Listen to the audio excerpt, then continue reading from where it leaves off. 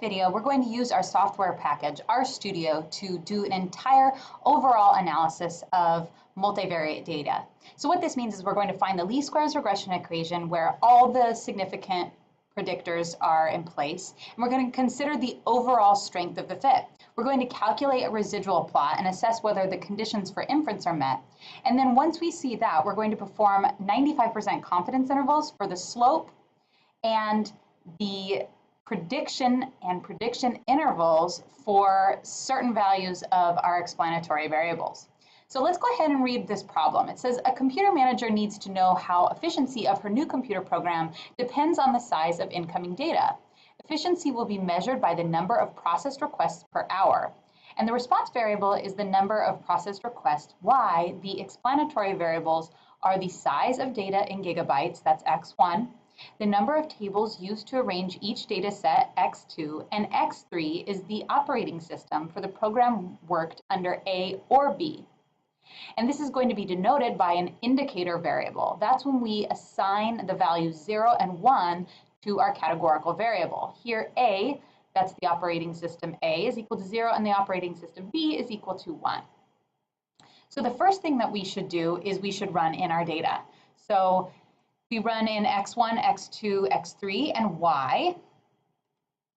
We can see the vectors being run in. Then we should call this into a data frame and call it data. This way we can look at the scatter plot matrix with the command pairs. This has to be in a data frame, so if we run this section, we'll see that we can get the scatter plot matrix, which essentially just shows us all the individual scatter plots in one plot. So we can see that x1 has a pretty strong relationship with y, x2 seems to have a relationship with y, and x3 also seems to have a bit of a relationship with y, except it's an indicator variable, so it makes it a little bit more difficult to interpret a plot with just points, a scatter plot type of thing with an indicator variable.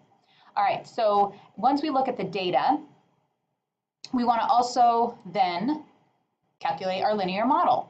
And we can do that with the mod command. So mod is equal to lm y, where y is the response.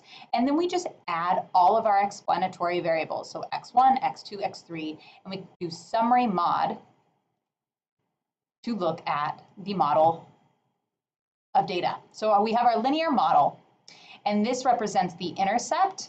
So that's the estimate for B naught. Then we have the estimate for B1, the estimate for B2, and the estimate for B3. These are all the coefficients for our explanatory variables. And so if we look over here to the p-values, we can see that it looks like x2, that was the number of tables in the data set, is not a significant predictor when the other variables are in the model. And you know, if we look back at our scatterplot matrix, we can see that x2 and x1 are related. So we should really drop this anyways from our model. So it's not significant, and it seems to be related to x1, so it just doesn't have any extra explanatory power. So we're going to drop that from the model. Before we do, though, I want to take a quick look at the r-squared value and the adjusted r-squared value. It looks like the adjusted r-squared value is 0.9188. This is a really high value, so overall, this data seems to be fitting our model quite well. So it's doing a good job at explaining the variation in the number of processed requests. All right, so let's go ahead and refit the model without x2. We can do this by simply just not adding it to our linear model. So I'm going to call this something different though this time. I'm going to call it mod.2. And I'm calling it that because then I remember which model, if I'm doing any sort of model selection, which model I'm talking about. So this is my second model, and I run this. And from the summary output, I now see that all of my predictors are significant, which is what I want. So now I have only 2 explanatory variables in my model. It looks like my adjusted r-squared value went down a little bit from the previous adjusted r-squared value, but now we have fewer variables. So we'd rather have a more simpler model with an adjusted r-squared that's a little less than having more variables that are insignificant and just overfitting the model essentially. So that's what was kind of going on when we had x2 in the model, is that we were just basically overfitting the model because x2 and x1 were related, and x2 wasn't really adding anything extra to the model, wasn't explaining any more variation in y than what x1 and x3 were already doing. All right, so this is a pretty strong, good fitting model. Let's go ahead and calculate the residuals for this model and plot it against the fitted values. So we can do this by plotting a scatter plot. We're going to do mod 2, that's our model, and we're going to pull out the fitted values. So those are all the response values. In a simple linear regression analysis, we usually use X. In multiple linear regression, we have multiple X's, so we can't use X here anymore. We can either use an index, so basically just plot just the residuals, or we can plot the fitted values. And so we're going to do the fitted values versus the residuals, and we're going to plot a horizontal line, h equals 0, at 0. So, and make sure it's a dotted line. So it says LTY equals 2. So let's go ahead and run this. And if we look at the residuals,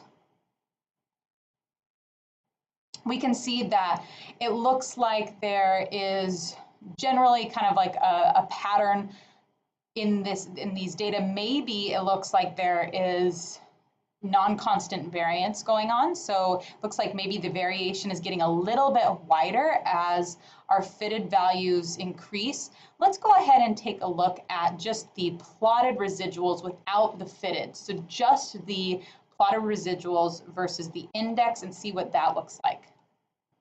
Now, if we look at this instead, it looks like maybe, again, there's a little bit more increased variation here, but overall, there doesn't seem to be a really strong pattern, not one enough anyways to do any sort of transformations. So remember to check the conditions. We need about the same number of observations above and below the reference line of 0, and we need to see that there's no distinct patterns in our data. And we do see maybe a slight funnel shape here. This is inverted, but that would mean that for us to fix it, we'd have to make a transformation of our data, and that might actually just not make sense for this data, so we're not going to take that next step. All right, we're going to just say for now that the conditions are met, and we're going to move on to calculating our confidence interval for our slope. All right, so we can do this using the command confint. This is the same command that you can use if you're doing simple linear regression. You just put in your model name and the level of confidence you're interested in. And you get a confidence interval for each one of the coefficients of your explanatory variables. So these are the slope estimates for the upper and lower bound for a 95% confidence interval. So what this one can be interpreted as is with a 1 gigabyte increase in the data size, so that's x1, that the process requests will decrease by negative 6.57 to 3.45 on average. And x3 represents then the slope for an indicator variable, which means that if 0 was for the operating system A and 1 was for the operating system B, this is the difference between A and B. And so B tends to have 2.16 to 22.58 more processed requests than operating system A. And that's how we can interpret these 95% confidence intervals for the slopes. Now, if we want to make a prediction about from our model, we can use the predict command. So we put in predict, put in the model, then we need to put in a data frame of our values. So x.1 is equal to 10, that's 10 gigabytes. And x.3 is equal to 0. That means that we're looking at a prediction for the operating system A. And we want to calculate a confidence interval. So we're going to do interval equals confidence. And if we run this, we get a fitted value of 31.47. So that is the predicted value for the number of requests when the number of gigabytes is equal to 10 from the operating system A, and this is then the lower and upper bound for that. And then if we want to do a prediction interval, so predict for a single unit or a single prediction where 10 is equal to the number of gigabytes and it comes from operating system A, then we have a fitted value that will be, of course, same as the confidence interval. Then we have a lower prediction interval level of 21.56 and an upper prediction interval of 41.39.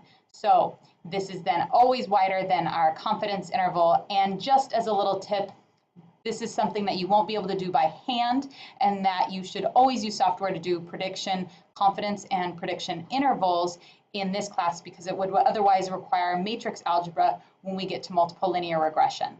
All right, so hopefully this video helped you understand how you can do a complete analysis in our software, RStudio, of multivariate data.